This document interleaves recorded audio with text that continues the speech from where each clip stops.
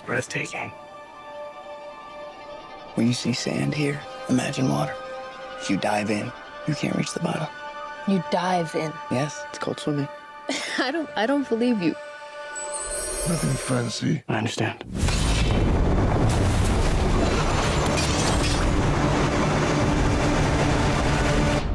Nothing fancy.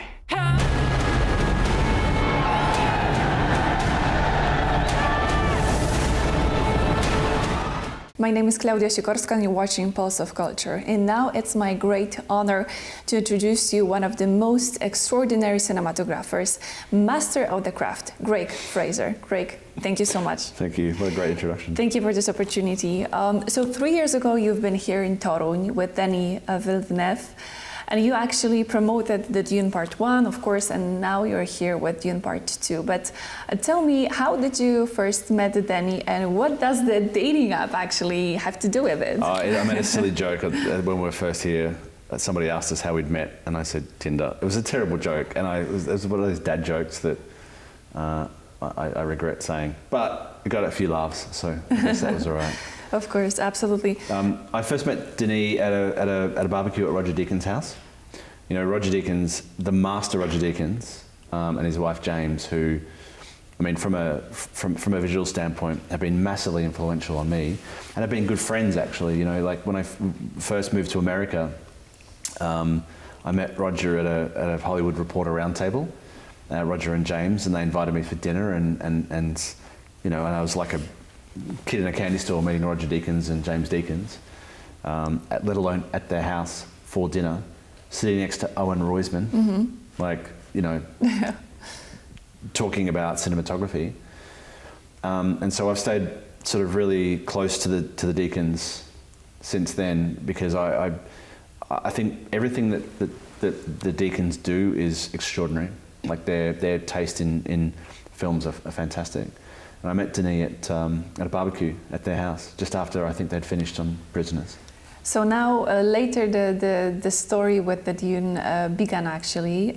Can you tell me, you know, what was your first reaction after Denis reached out to you? So Denis rang me to talk to me about this film, Dune. I didn't know much about Dune, to be honest with you. Like, I knew that it was the unmakeable film. I knew that David Lynch had made the one one by David Lynch, of course. I knew that Jodorowsky had tried to make a film, but I didn't know much about it. I knew there was spice, I knew there was sandworms, but I think I'd been more of a child of Star Wars than I was of Dune.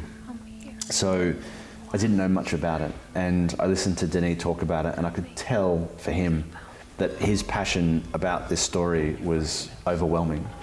And, you know, I mean, Denis doesn't make a bad film. Like, every film he's made has been extraordinary in many ways, and so I was on board when he called to say, can you do it? Absolutely. Yeah. During the Q&A, after the film screening, you mentioned that once you put the film in a bad way, improperly, and you said that this turned out to be beneficial for you.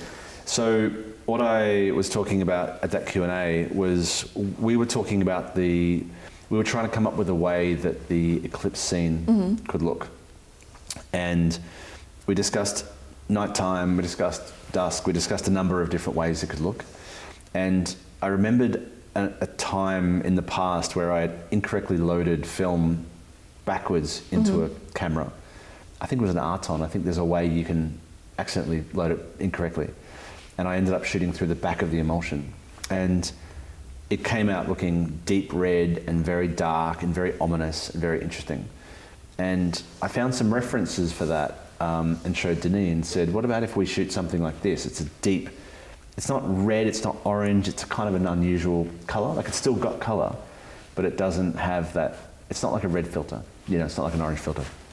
So I used a mistake that I had made in the past, and I found some reference for it, and I showed him, and we decided to go down that path to shoot like that.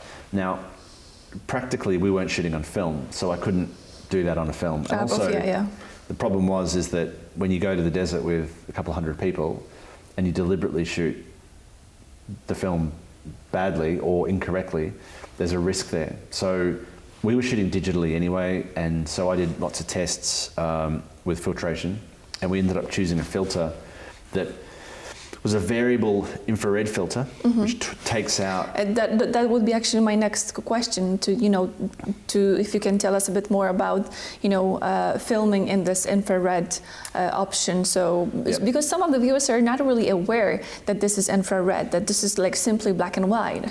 Fade Rother, he's psychotic.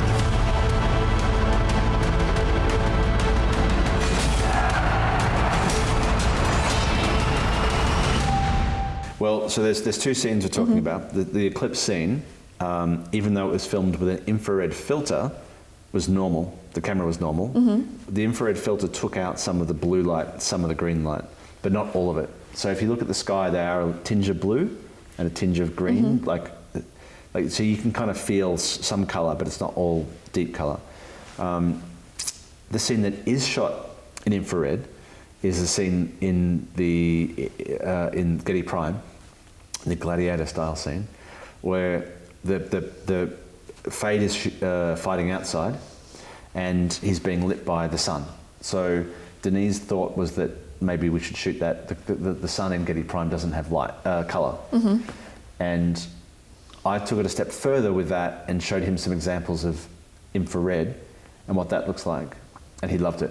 For us, it was the perfect solution to that sci-fi world of these, very pale people with no hair and with dark eyes and dark mouth, they're very black and white character. And he felt it was great. It felt like it explained the reason why Harkonnen look the way they do. That's definitely one of the greatest scenes in the movie, actually, for me.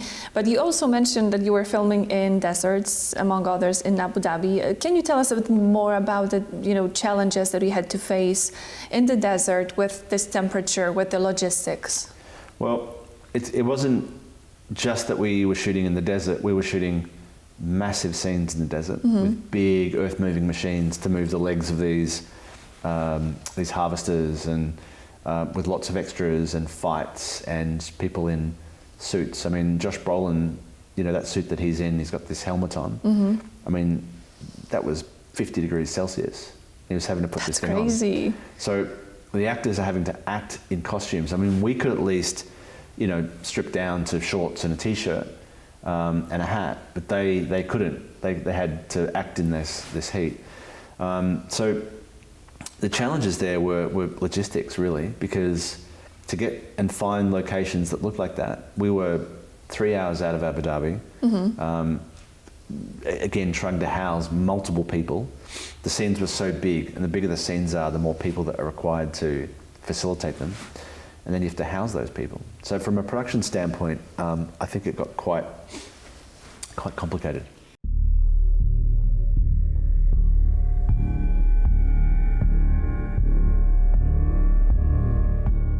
And speaking about the film crews, for example, in the deserts, how many film crews were there on the set responsible for different parts, to put everything together? And how many people you have kind of under your control to, have the perfect frames as you wishes them to be? Yeah, I mean, we had a very good communication system between multiple units. We had a fantastic another fantastic DP named Denis Villeneuve, who worked with Tanya Lapointe, who was our second unit DP, but it was very much it was under our tutelage.